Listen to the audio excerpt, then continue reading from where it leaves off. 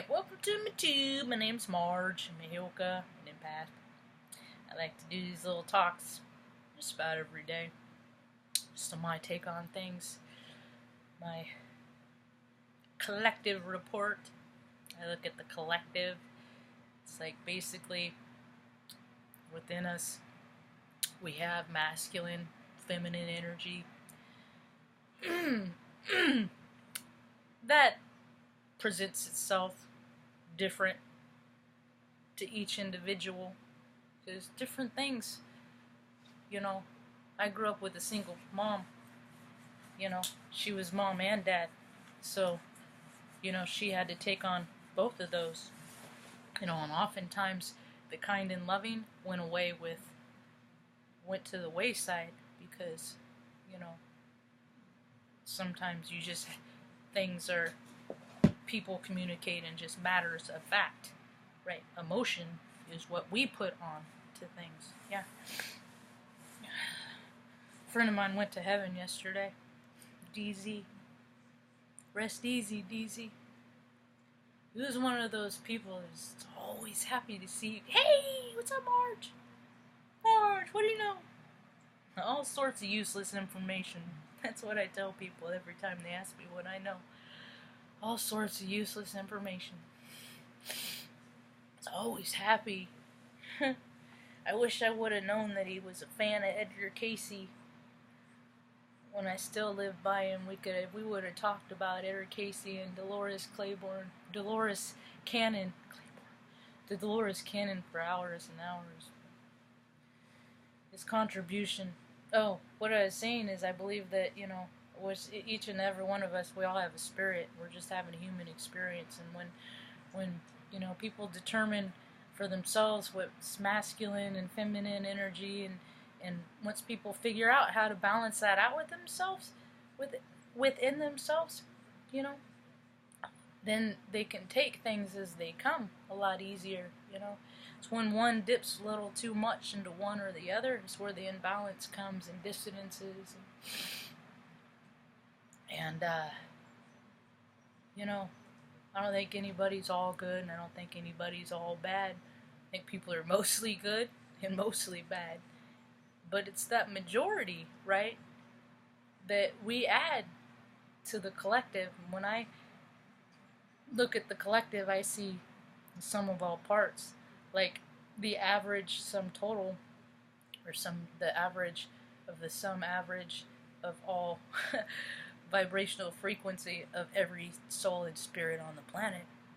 Yeah, that's how I see the collective.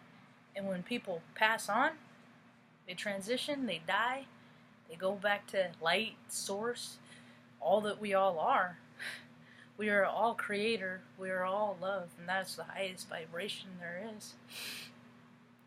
DZ, if I'm right, he's probably surrounded by his whole entire family. Yeah. And that's the hardest part, is that as humans, we miss the presence, because people stopped listening to energy a long, long time ago. They stopped believing in themselves. I was telling Mom today, I was like, Mom, I said, it all starts when they're young. When we're young. And little babies, or little kids, they tell you about how Grandpa came to see me, Grandpa came to see me. See, because little kids, they see in frequency too, And people that pass on, their vibration, depending on how they live, it's the highest. So they vibrate, spirits vibrate high. And their eyes can see, that frequency. And so they feel the love, or they smell the smell, it summons their loved one, those memories. Like, how many storms do you hear a story like nobody around you is smoking, but you smell cigarette smoke, and your Aunt Tilly's visiting, or whatever, you know what I mean? And what happens is the kids will go, yeah, I saw Grandpa came to visit, and we played, and he did this, and we talked about this, and he told me about this. And what happens is Mom and Dad said, because of their own frame of reference and their own belief system, Mom and Dad said, no, he didn't. Grandpa's dead. He's gone. And so now the child's like, I'm wrong. Automatically, at that young age, the child's like, but I did hang out with Grandpa, and I did, and now, if depending on how upset the dissonance between mom and dad have with the belief in, something different than what they believe in, the kid could go to psychologists, and now all the psychologists are going to watch him play for hours and hours, and I know that route, but, and then they start, oh, maybe the kid needs glasses if he's seeing things. Well, adjust it, fine tune. Now you've already started correcting vision, when the correct vision is that we're all intended to see in frequency. It's kind of how we navigate through life, or feel by frequency. We know what feels right for us and what doesn't feel right for us. I was talking to the kid today, I was telling him about that frequency. I'm like, how many kids, kids have their imaginary, drop dead Fred, your imaginary friends, and then they're told that what they believe isn't real. So now every time Grandpa comes to visit, it's like, no, I'm real. The kid's like, no, you aren't. No, you're not real. And then the kid is going to question himself every single time until Grandpa's like, I can't get through, where they separate in frequency. Because fear, when there's fear, then people disbelieve based on their fear. So if they're afraid of the reality of something, they're going to be afraid of it. And fear is opposite from faith. You can't have fear and faith at the same time. So the faith that loved one has that they can communicate with their loved one goes away, so they stop communicating. Yeah. I don't just make this stuff up. It's gathering years and years and years and years of data. That's why I'm always like, and yes, what was really weird about yesterday? Is I was in such a foul mood. I was in such a bad mood, I couldn't freaking shake it. I was like, and then I went out and I was like, Mom. That's when my friend DZ passed away. I was like, I can't shake this funk. I mean, I'm like depressed today. And that was because I'm not just in alignment with him, but his frequency. Because he and I were a lot alike.